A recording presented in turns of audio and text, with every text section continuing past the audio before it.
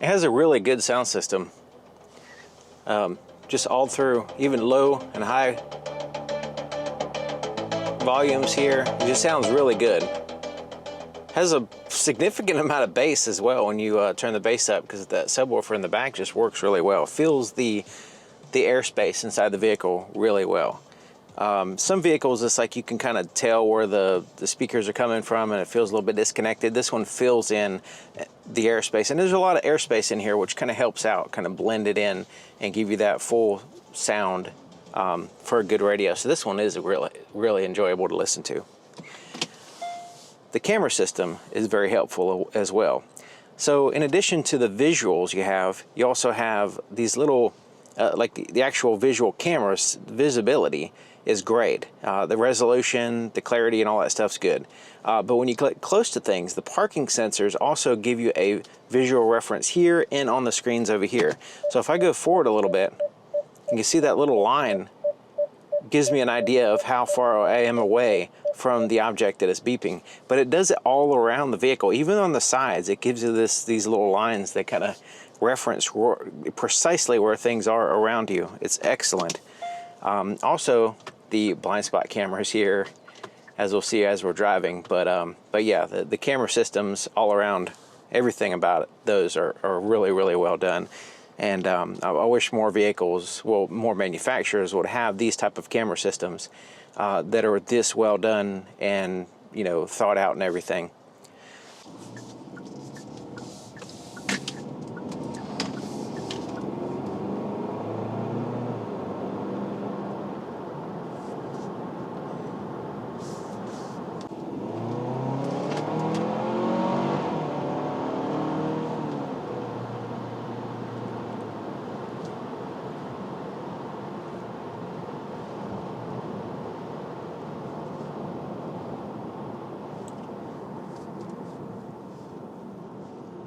So I'm not putting it in sport mode. I'm just going to accelerate just a normal mode here.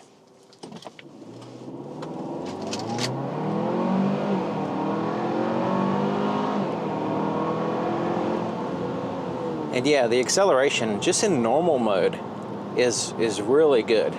And I'm flooring it right there. So it's a little bit like overdoing it. When you're just normal acceleration, it feels very strong and responsive. And sport mode is, you know, gives you a little bit faster shifts and more responsive and higher, you know, higher RPMs and all that stuff. And that helps out with the acceleration and sportiness of the drive and everything. But it's one of those type of vehicles where you don't have to switch the sport mode to get some power. You know, you could definitely get some power without changing the drive modes. This vehicle has 5 cameras. There's one in the front, 2 in the back, and 1 on the underside of each side mirror. And of course, the one on the top in the back is the rear view camera system, which is excellent. You can see right behind the vehicle, even if you have the back glass completely obstructed by cargo and passengers. So that's excellent. Now it has the 360 camera system, which I showed you, the top-down view. It has the front view, the back view. You can see, take a direct view at the front tires, the back tires, but it also has a blind spot camera. So if I put the turn signal in left or right, it will show up here and show me if there's a vehicle in my blind spot. Now, this is also good not only for checking your blind spot when making lane changes, but let's say you're making a turn and you're turning in. It gives you that view of the curb or the line right next to you. So if let's say there's a tight turn or whatever, you can look at that view, because you can't look at the 360 camera view while you're going fast. But this one, you can actually turn it on and see right where you are in relationship to other things, right there in that blind spot camera view. So yeah, the camera systems on this vehicle are really good. I wish every vehicle had this level of cameras on the vehicle, because really, you know, 5 cameras, you're able to do so much with those 5 cameras that it just makes it a game changer as far as parking the vehicle, drive the vehicle, backing up, going forward, and even in, you know, potential off-road or just kind of situations where you're a little bit iffy. Having that camera system really is a game changer for a lot of ways. Like, so this vehicle isn't like primarily an off-road vehicle, but in off-road situations, on off-road vehicles, you know, like every vehicle, there's like almost, I can't think of any situation where, you know, where you wouldn't want these cameras. You know, making a lane change and, you know, having that blind spot camera just kind of saves the day sometimes. You know, because there's always sometimes where you look over your shoulder or whatever, or the you might not see something, or the blind spot detector doesn't detect something or whatever. Having that certainty with the camera systems is excellent. Now, this vehicle has the Highway Driving Assist 2.0 system, and on certain highways, for one thing, it has the adaptive cruise control, so that works all the time, and the lane keep assist system works well, and you know, everything like that. But the Highway Driving Assist system is a little bit more advanced, and it only works on certain highways, you know, controlled intersections, that kind of thing. And it's not a hands-free system, but it does give you the ability, give you a solid footing on the lane, and it also gives you the assistance as far as changing lanes. So you put your turn signal on, the lane keep assist system will accommodate that lane change. And so yeah, the 2.0 on this vehicle it's a little bit of a step ahead of the original Highway Driving Assist system, but it's not like a hands-free or anything. But it only works on certain highways. So this road right here doesn't have the exits and all that stuff. It doesn't have that designation of being a highway on the, you know, Highway Driving Assist map, basically. So it's not going to get the full functionality.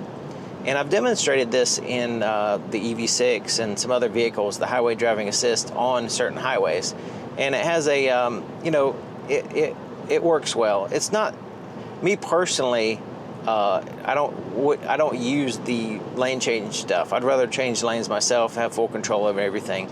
But as far as like bumper to bumper traffic, or just following like this, having adaptive cruise control with a, you know, advanced system, driving assist systems, is this type of stuff right here makes it so much easier, especially if it's stop and go, because this will actually come to a complete stop and then continue.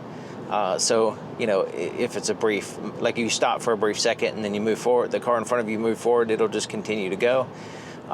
So yeah, stop and go traffic, heavy congestion, you know, like where you're in a just bumper to bumper, but you're kind of slowly creeping along, those type of situations, the Highway Driving Assist and the adaptive cruise control on this vehicle and, you know, other Kias and Hyundais it works really well, and it'll spoil you. It makes it so much easier and less stressful to drive in those situations. So right now I'm not hitting the brake. The adaptive cruise control system is stopping the vehicle, keeping me at the set distance I have in front of the vehicle, which varies depending on how fast you go. All right, it's come to a complete stop now, and it shows the visual reference here on the screen. Now that I've stopped for more than a few seconds, it does tell me that if I want to continue, I have to hit the accelerator. But if it's a brief stop, it'll continue. But in this case, I will have to hit the accelerator, and then it'll resume the adaptive cruise control and all that stuff.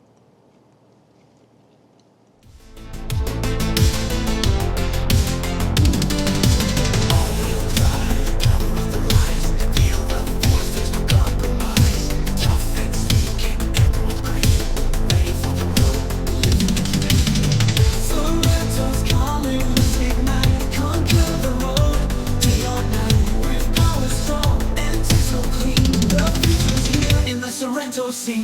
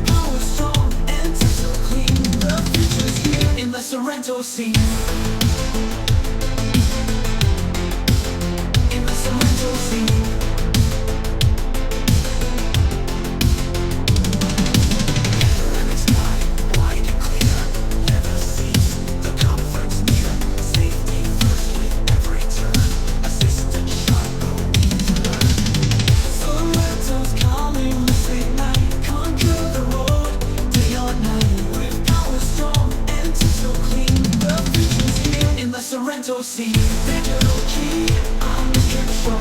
Tuned for adventure, let's take a stroll. Off-road, ready through snow and rain. Precision driving will break the chain.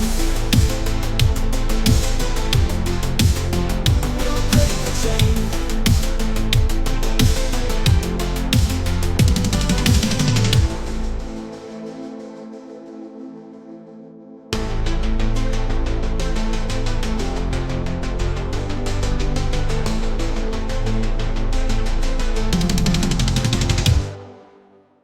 Sorento's calling, let's ignite. Conquer the road, day or night. With power strong, engines so clean. The future's here in the Sorento scene. Edge interior, colors are bright. Cruise in ahead, we own the night. In the Sorento, bold and free. Adventures waiting, come with me. In the Sorento scene. In the Sorento scene. In the Sorento scene. In the Sorento scene.